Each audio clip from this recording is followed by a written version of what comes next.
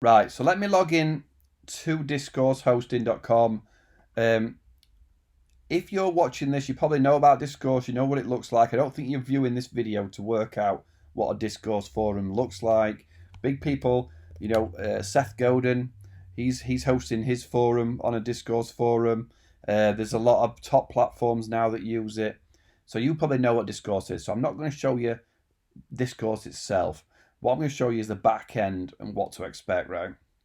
So when I log in, it's going to tell me. I'm guessing you've already signed up. So this is just saying my subscription. It runs out in a week. That's that one. Host name. So this is where I can decide. You can basically host it on your on a you could say forum, Dave's forum if it was available. Discoursehosting.net, and that would work straight away. Work straight out of the box. Or obviously you're going to add your own forum. So you simply type in what you want to host, where you want to host it, and then you quickly add a setting within your DNS settings to point forum to this. And it starts working. It's really easy, but as I say, I will show you that in a training video.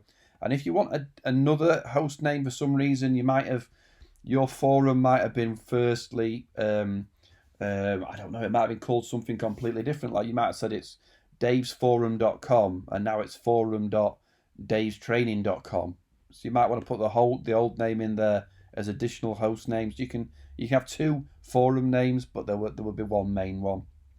SSL, that's the HTTPS settings. If you've got your own certificates where you want it to be more secure, you can upload it. Email configuration, you can. It's all hosted for you, and you can add some settings and to make sure it works even better. It will work out the box.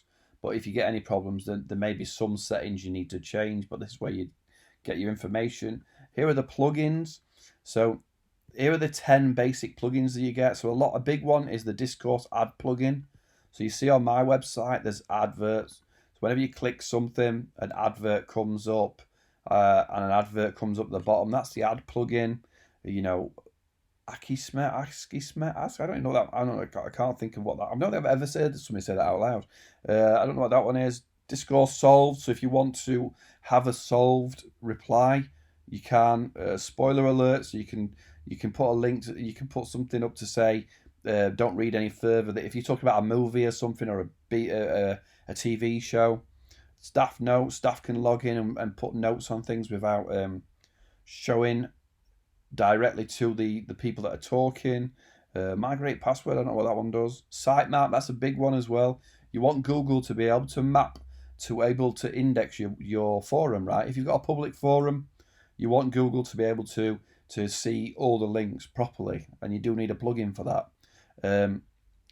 Patreon, if you basically get people to pay on Patreon, it can link to them. Webhooks, this is doing funky stuff to link to something like Zapier to be able to link to other platforms. Chat integration, so you can have a little chat widget, a little chat box. Legal tools, I don't know. I'm guessing that's going to do some sort of documentation. Math plugin is probably to stop spammers. Where it'll say if you want to reply before you click reply, or before you sign up, maybe what's 10 plus 9, and it'll be a random thing, and you've got to answer a math question. So they're all the basic ones. They're all a lot of very popular Discourse plugins on their basic ones. But then obviously there's all these extra ones depending on your next level that you can have as well. So I'm not going to go through them all. But it's cool that they're going to give you with that $20 a month version all these basic plugins that are very popular in that Discourse community. Support. You get any problems?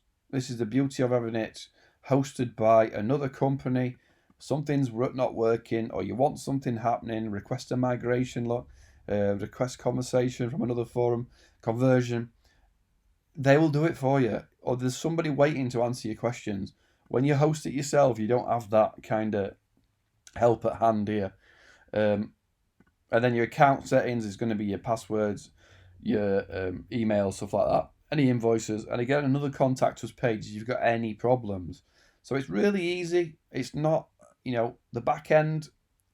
The whole point of this is to make the back end simple for you, and it makes it easy for you to work around, right?